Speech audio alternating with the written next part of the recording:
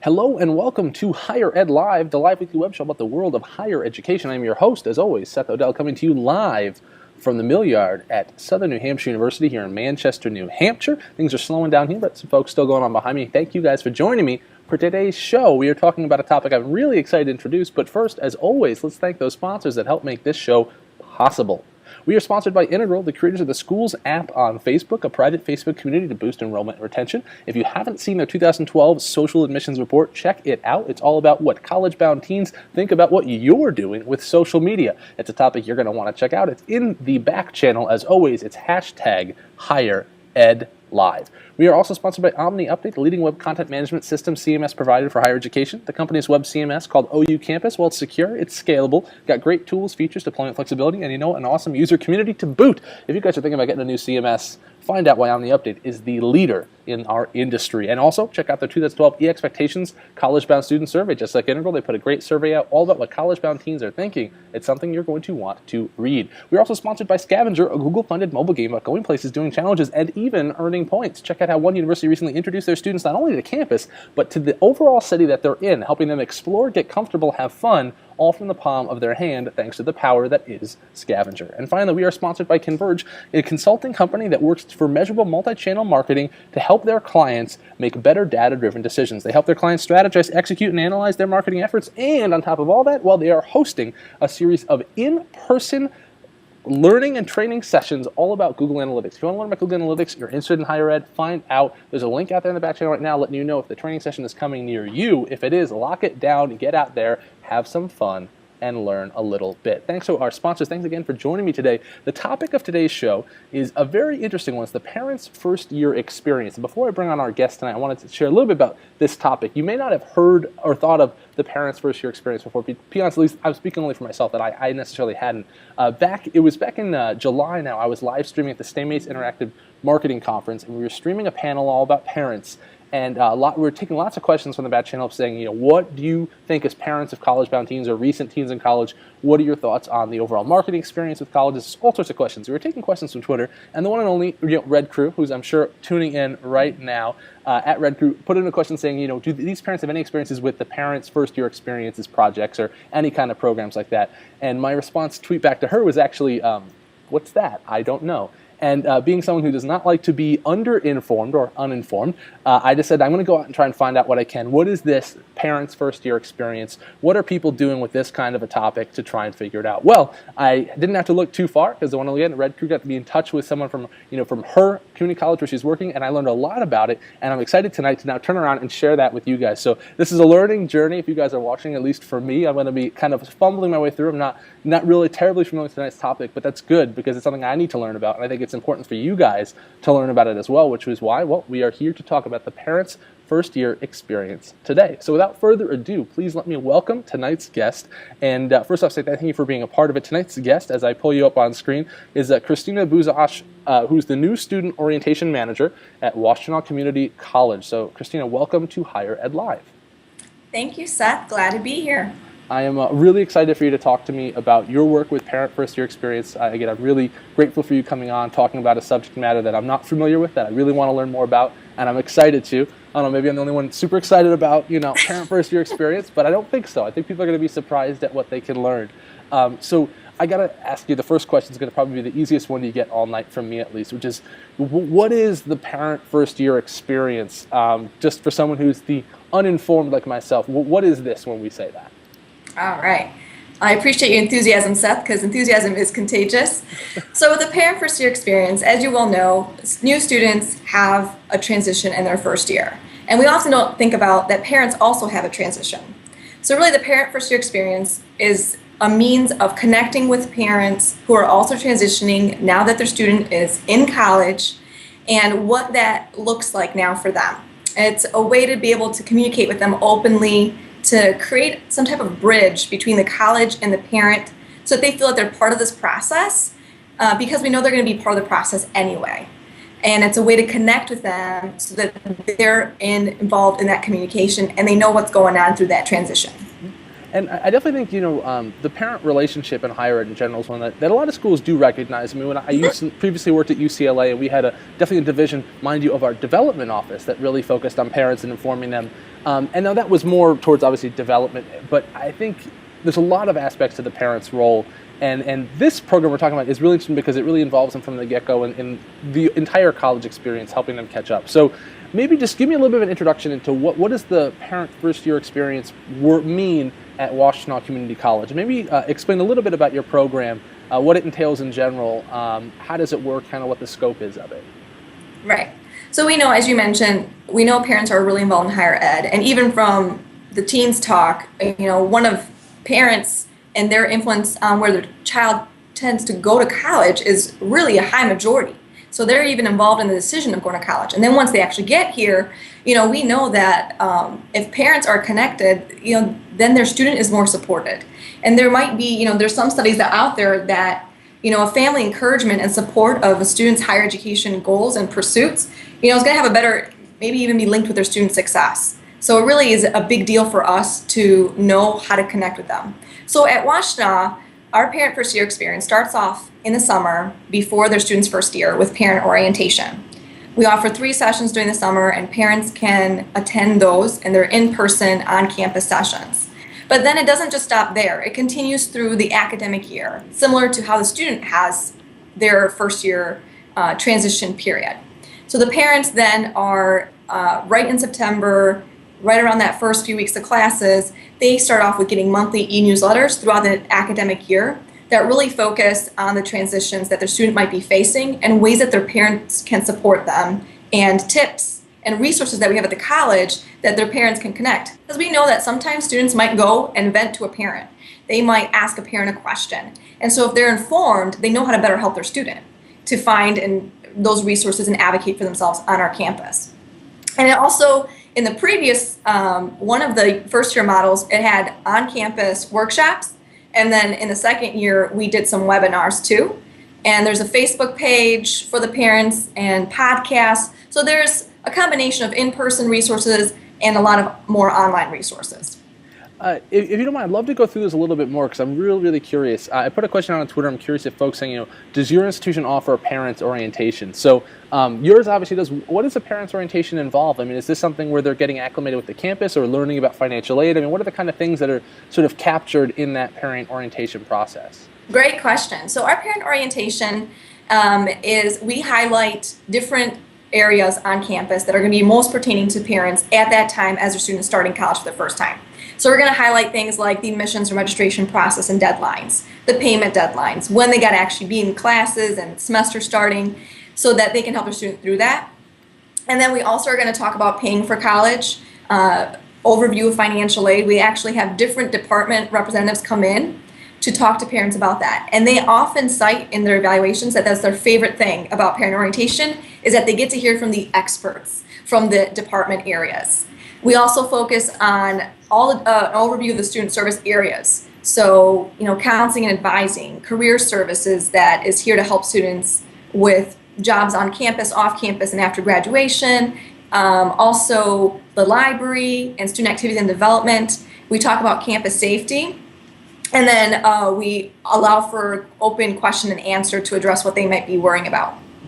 And now, the parent orientation is something that, for myself in higher ed, I'm fairly familiar with, mostly just because a lot of institutions offer, when students go for a summer orientation, this one for parents too. So that's kind of definitely in my comfort zone. It makes a lot of sense, gets parents comfortable. But I really love the idea that it doesn't end there for what you guys are doing at Washtenaw. So maybe let's start with the monthly newsletter. I mean, they come to the orientation, they feel acclimated, they feel a connection and affinity to the campus, they get their questions answered, they feel comfortable, and you guys don't leave it there. Now they're sort of suddenly getting this monthly communication, right, that's focused on the things that they're interested in.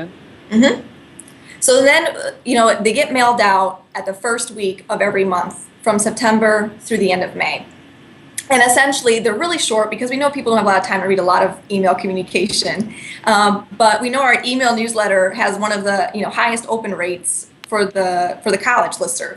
So that's really neat that they're actually opening it, they're looking at it, and I want to make it short, quick, easy to read. So it's a quick introduction of this is what we're going to highlight this month. September is all about classes are started, what your student might be experiencing at this point now that classes are starting, and then bullet points of tips of how they can help their student.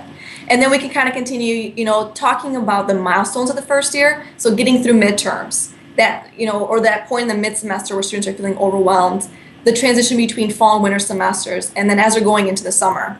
So in the newsletter, we're focusing on the milestones that their students are going to be experiencing their first year, and then providing ways that the parent can then support and provide some help to their student. And as always, I always ask them, let me know if you have a question. And we have a parent email as well that's connected to the newsletter. So if they want to ask a question, they can certainly do that. That's really great. I definitely love the idea of connecting it to the student milestone, especially ahead of time. There's a lot of parents, I'm sure we'll get into in a little bit the types of parents, but especially parents that are of students that are maybe first generation students. They're not familiar with how midterms or finals work or what to expect. Mm-hmm. So to help kind of guide them through their process is really, really great. You mentioned earlier too the workshops and webinars. Where does that fit into your plan? What are the kind of things that you guys try to cover with that? So the workshops in the first year that we did it, and that was first started in 2009 actually, mm-hmm. and we offered 5 different workshops that were spread out throughout the academic year. And one of them was focusing on setting academic expectations that are realistic. So knowing how to take responsibility for the coursework and being able to meet with an instructor. So talking about the academic expectations and providing tips for parents to be able to support their student in setting those expectations. We talked about fiscal responsibility, and we had a financial aid rep that came in for that to talk about budgeting and how students can manage their money better. And then we also talked about majors and careers. A lot of parents, particularly because I've worked in career services in my background as well, really want to see how the college is going to place their student, right? And the resources available. So we kind of having talk about, major doesn't always equal a career, and what they can do to help their student explore and be supportive of that time when they're defining and figuring out what it is that they want to do. And then we also talked about healthy boundaries. Now that your student is in college, how does that change the relationship and dynamic? Especially because we're a community college. We do not have on-campus housing, so many of these students are still living at home. So having a college student who is now, we're treating as an adult as an institution, and how they can also work with their student to have more of that adult relationship. Cool. And then finally, I want to tackle the last element before we get into a lot more questions I have too, which is you mentioned online communication. So you have the orientation, then you have these sort of monthly newsletters, you have these webinars too. What else is there? Do you guys use Facebook, or what other sorts of online communication tools are available to kind of, connect parents both to the institution, but also to connect them to each other? So primarily, and I've asked, part of what I know about the parents is from surveys that we've asked in the last 2 years. And we have the Facebook. But primarily what I use the Facebook for is to create short podcasts, and they get posted on the Facebook page that are then linked in the newsletter. So they're on the Facebook page if they get it, but their primary way that they want to be connected to is the newsletter that comes to their inbox. And so we have the podcasts that go on there, and the Facebook if they want. And we used to do discussion prompts, but that wasn't really well utilized. So the live features of the program in its onset weren't the best modes. But that prompted them to email and connect with us if they had a question versus via email or just calling me. Mm-hmm. So let's go into the timeline of this year. I've talked to you a little bit briefly before the show. You have a lot of data for the last 2 years. This is a relatively new program. What's the? Mm-hmm. Let's start off, with the bigger question. What's the history of this at Washtenaw? Why is this something that your college felt was worth investing in, and how did this kind of come about? Yeah. So. It really is. The reason why it's worth investing in is because we know that parents can play such an important role in their students' success and performance here, or that they're going to be involved in their students' education. And a lot of parents want to be involved. And for us, as a community college, we really didn't have a way that we could partner with our parents of new students. And as a community college as well, sometimes anecdotally, I'll see students in orientation who then say, my mom went here, or my dad is going to start classes here. So sometimes our parents of new students could potentially be even our future students or past students. So it was a way for us to be able to connect with them where we didn't have that in place before. And when you mentioned that you're very familiar with parent orientation, well, a lot of universities offer these type of programs, but they're actually very rare and unique for community college. Mm-hmm. I definitely think it is. And I think it's one of the things that makes it really exciting. So given that, let's talk about the last 2 years a little bit. I mean, you have a lot of data kind of going through. What's the volume? How many parents have been involved in the last 2 years? Are you seeing any trends? Feel free, if you have any notes in front of you. I got some in front of me as well. I'm reading through. We don't need to go through the numbers too much, but I want to give people some perspective. I mean, I not only think it's great that you guys are just tracking this data at all, which is, I think, a big step in kind of making, the best decisions possible. But it's pretty interesting to see the volume of parents. I mean, so the first year, for instance, you had 300 parents involved. At least I have written down here, which is just, a really impressive number. Yeah. So we did have over about 330 parents over the last 2 years. And so those were parents who opted in to participate. So essentially kind of a little bit of background of how we even, every summer, we always get the information out about the parent orientations and that they can attend and sign up for the Parent First Year Experience. So any new student who's an applicant, we're going to send a postcard to the parent of that student to learn about the Parent First Year Experience and the parent postcard, and the parent orientation, So over 300 parents sign up to do that. And of those, our surveys, we've had some parents respond in so that we can get some feedback from them as to what's working, what's not working, and to get a sense of what I'm able to talk about with you right now. Yeah. Now, we have a question already coming in online I want to throw to you from Mayon, one of my favorite internet friends. She asked a question I definitely want to put your way, which is a really interesting one, which is, where does the Parent First Year Experience live? And Mayon, let me know if I'm not asking this correctly, but I believe what she means is sort of who owns it as far as the political structure at a university. So maybe you can tell a bit about what department you're with and how that works. I think people might be interested that if maybe they're not doing this and they're interested in possibly pursuing something similar, where does one start as far as an organizational structure? Okay. So for, as you mentioned earlier, my title is New Student Orientation Manager, but I also manage the parent programs, and I fall under Student Support Services at our college. So we're in the area where counseling and advising fits, and International Student Center, Student Resource Women's Center. So a lot of the support service areas that students actually meet with face-to-face and one-on-one, I fit under that umbrella at the college. Very cool. And I think for our viewers, I think that's something that the really broad student affairs umbrella makes sense, but really wherever it fits, I think, for each institution, because at a lot of institutions it's interesting. Some places admissions still handles the orientations, depending if they allow orientations before students have to officially enroll. But very interesting. I think it's a great question and an interesting one to look at. My next question that I have is who are these parents? And this is specific, I'm sure, to your institution. But are there any trends, or what are you seeing as far as the types of parents that are very active and want to play a really strong kind of supportive role in their child's pursuit of higher education? Right. So based on the feedback from the results that we got in the survey, we know that these parents who are going to participate in the Parent First Year Experience are well educated.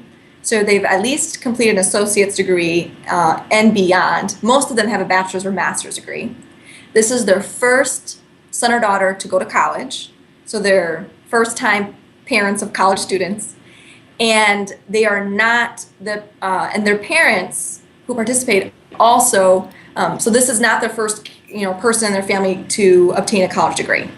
So interestingly, when we first started this, we were thinking, we're a community college. We have a lot of first-generation students. This would be a great way to connect with parents of first-generation students. But when we asked our parents who they were, we're tending to find that it's the well-educated parents who are most involved. Yeah, that is really interesting. You would think, I guess on the surface, maybe that number would be different. How has that been reacted to internally? I assume you're happy to work with any parents that are, want to actively work with you, but is there any efforts, do you guys kind of market to parents to be involved, or do you kind of approach this program more that if they have interest, this is available, or is this something that you really try to encourage strongly for parents to consider? Well, I can't say we do a heavy marketing across the board, but as I mentioned, every student applicant it's sent home a postcard inviting them to attend parent orientation and inviting them to participate in the parent first year experience. So every student and their family has access to knowing what this is, provided they check their mail. And that is the primary way that we market. And then they have to opt into the program by letting us know by phone or email that they would like to be included.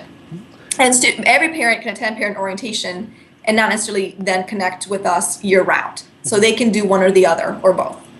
And this is just kind of a random question. How does the year end? If it's obviously the first year experience, I don't know if you've only been through this twice now, but what happens at the end of the first year? I mean, do you find that the parents get more comfortable as the student's more involved and they're not as concerned? I mean, I would imagine in some sense you might see like kind of a tapering off anyway. Yes. Or is it like this heartbreak at the end of the first year where you're just telling the parents like, we can't see each other anymore. It's the end of the first year experience.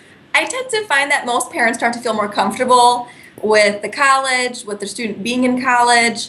And even I noticed with the newsletters, they have lower open rates in comparison to the first semester.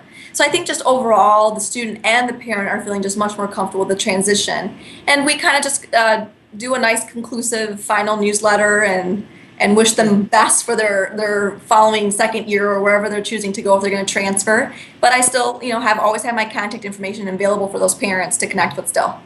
So sort of a bit of a random question. I know that some institutions, a lot of times probably it's more traditional institutions that do on-campus housing have issues of helicopter parents that are trying to be too involved. I assume that this is like a really healthy thing. I mean, I couldn't imagine any students being, upset that their parents are involved in this program. It's separate. It's not like it's involving them directly in the student experience. It's sort of just educating the parent separately from the student. Right. I assume so. There's never really any pushbacks from students being upset about it. I assume students wouldn't even know if their parents were involved unless their parents wanted to tell them, right? Right. And actually, I wanted to ask the parents, can you provide your students information so I can follow up and ask that same question. Does the student even know that they're involved? And I actually got no responses from the student. So my guess from that lack of response is the students probably don't know that they're even getting these newsletters or that they maybe have involvement, or maybe they do and they're just okay with it, because I've never heard any student say, why is this there for my parent? Mm-hmm.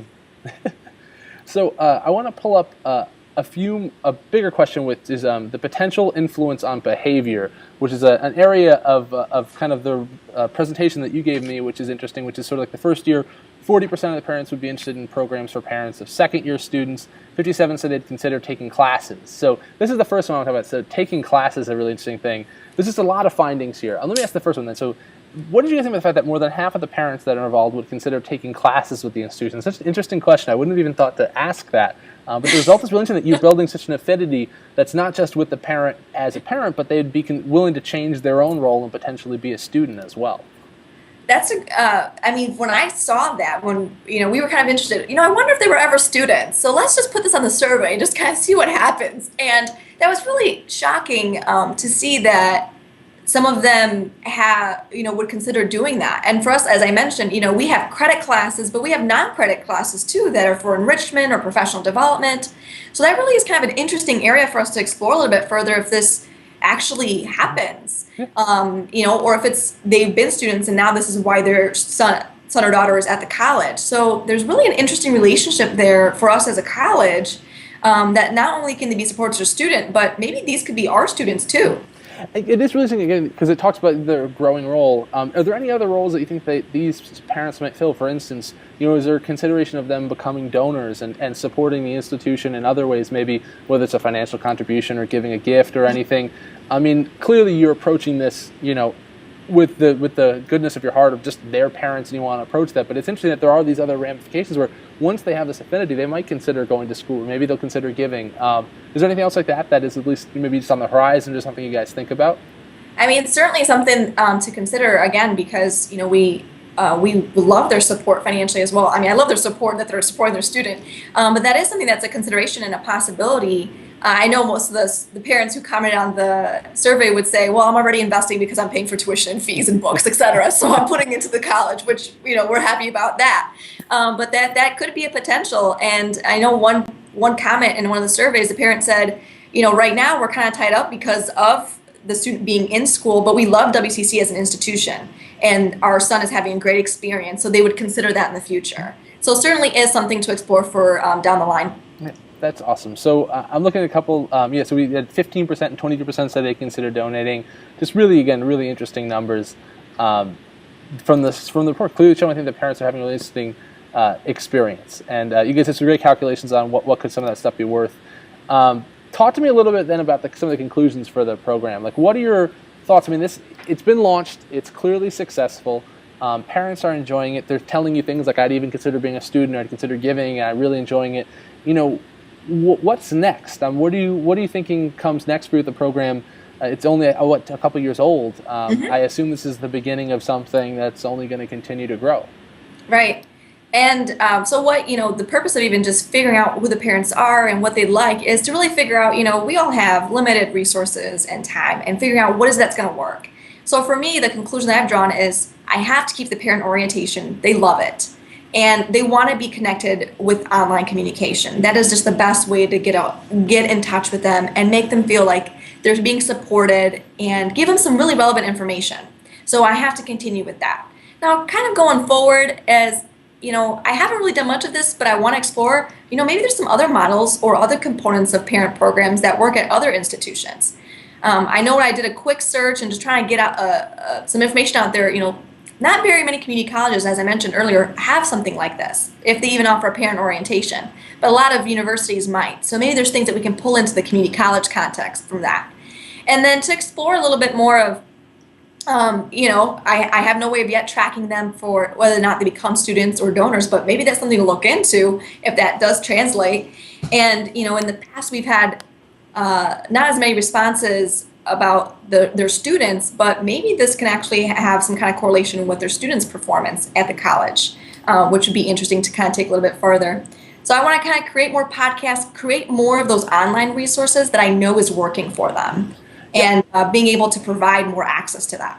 I think you really hit the nail on the head too. The sky seems to kind of be the limit there. You said way too early to tell if things like this can correlate to actual student success or things, but there's a lot of potential there. There's a lot of things, questions like that, for instance, that would be really worth tracking and seeing. Are students potentially that the parents are involved? Do the students perform higher than other students? If they do, what's the correlation between that? Is there a role in that?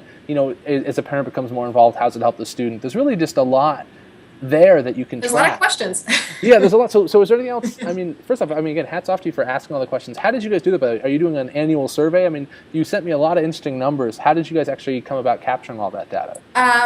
My colleague and I, who have worked on this program at the college, we created just a SurveyMonkey survey, and we've included, true, false, yes, no, and open-ended questions.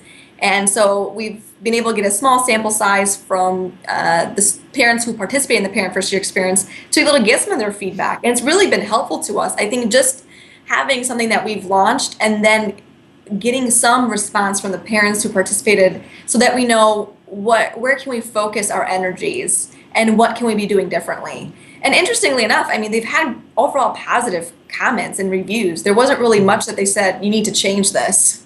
And so we just learned by doing it for a couple years, the workshops in person weren't really well attended. Let's try something different. And that's kind of the neat thing about a program like this, is as you're asking the parents what they'd like, I have the ability to make modifications in order to be better suited to them. Absolutely. Couldn't agree more. I love the fact that it's just using a survey, like a SurveyMonkey tool, and asking the right questions to get the information to make more informed decisions, which is just, brilliant, as simple as it gets in some capacities. Just pulling up some of the other conclusions from your slide. Parents obviously may convert to students. The impact on the likelihood to donate. Online communications, again, are the best. I really think it really hits home what you've been talking about, that they really want to be communicated with the way they want to be communicated with, and that it's possible. It's interesting, they say that the monthly newsletter is what they like. And I have heard that from parents before, too, that, yes, you can do things like Facebook groups or things that connect them, but there's something to be said about saying, we went ahead and we kind of took all the best information that you need to know, and we're just going to send it to you once and have a chance to look at it. I still hear parents saying, even from my mother, I starred that email, I'm going to go back and read that. And, it's as someone myself, I don't necessarily read email in that capacity, but a lot of folks do. And if that's how they find the information valuable, obviously that's what's important. It's so a couple other things I want to bring up then, implications. I want to talk about for someone. What would you say to anyone that's watching this show right now that's considering adopting this model? So they're listening to this episode, they're saying, this sounds pretty interesting.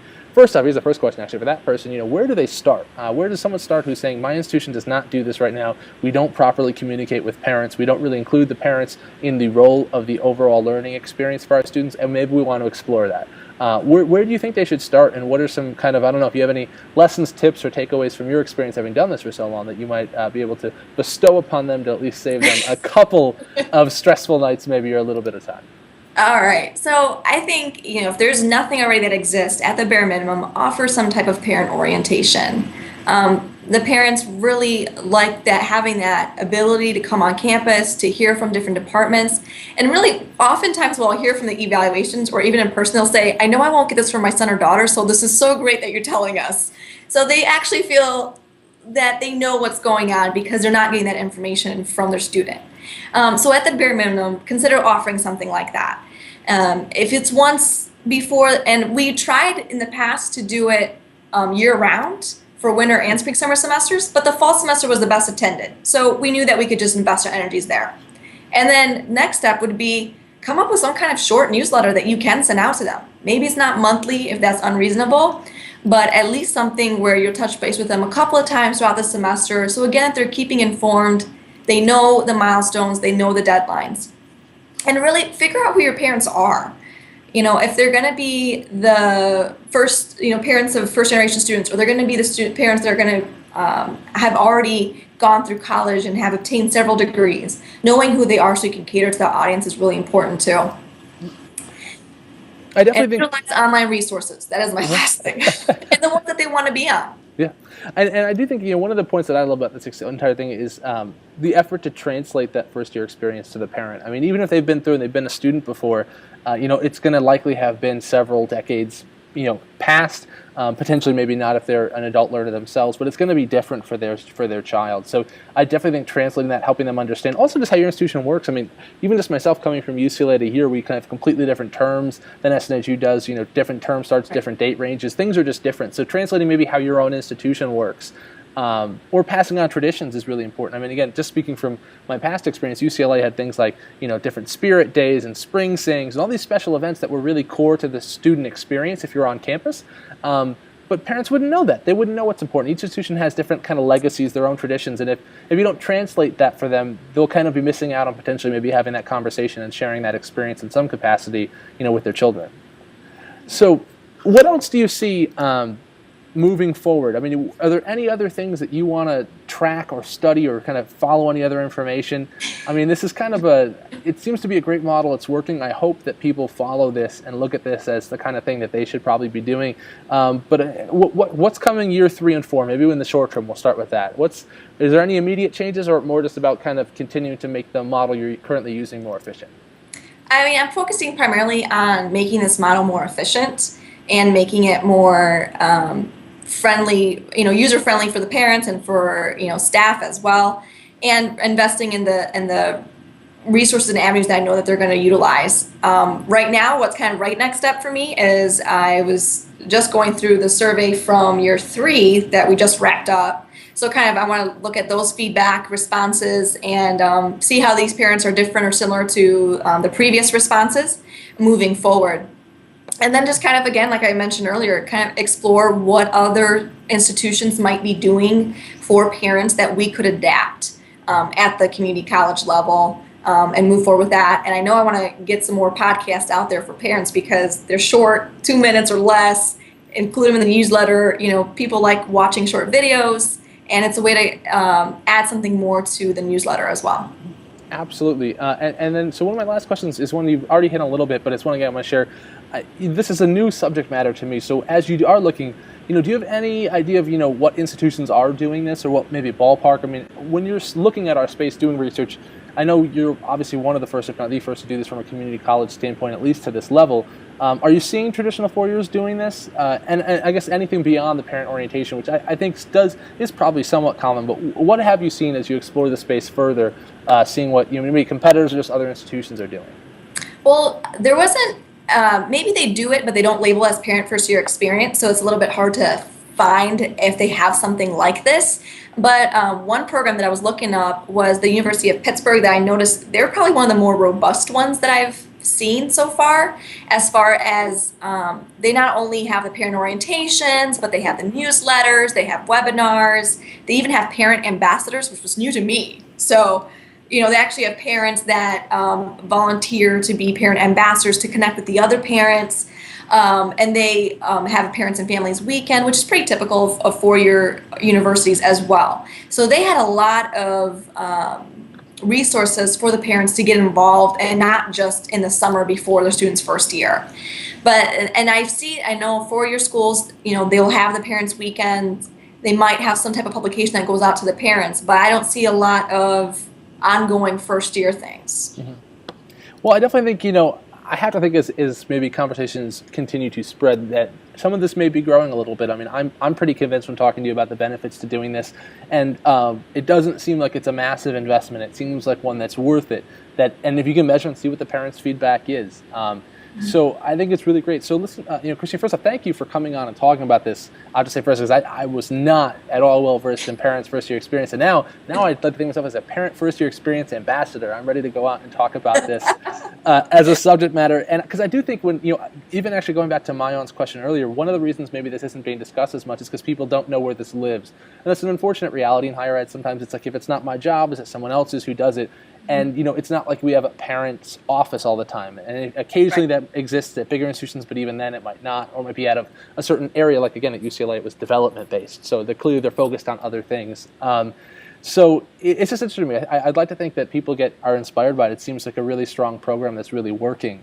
So before I sign off, and again, thank you. Do you have any last minute words of advice, thoughts, or anything else that you'd like to leave with folks before we wrap up this edition of Higher Ed Live? I think kind of going into this, doing this program, a lot of people are wondering, well, you have helicopter parents, and so many people talk negatively about parents, but I don't know, doing this program has really changed my attitude and also my way of seeing how I'm working with them, that they really can be a positive influence and not this thing that we're saying in higher ed, oh, they're the helicopter parents, how can we get rid of them in some way, or how can we get them into a different room to not, get away from their students in that sense. But it's really about seeing that their students coming to the college is a big deal for them as well, and acknowledging that, affirming that, and really trying to have this influence and this involvement in a really positive way, both for the parent, for the student, and for us as a college to just enjoy that partnership. Well, Christina, I could not agree more, and thank you again for being on the show tonight. I absolutely appreciate it.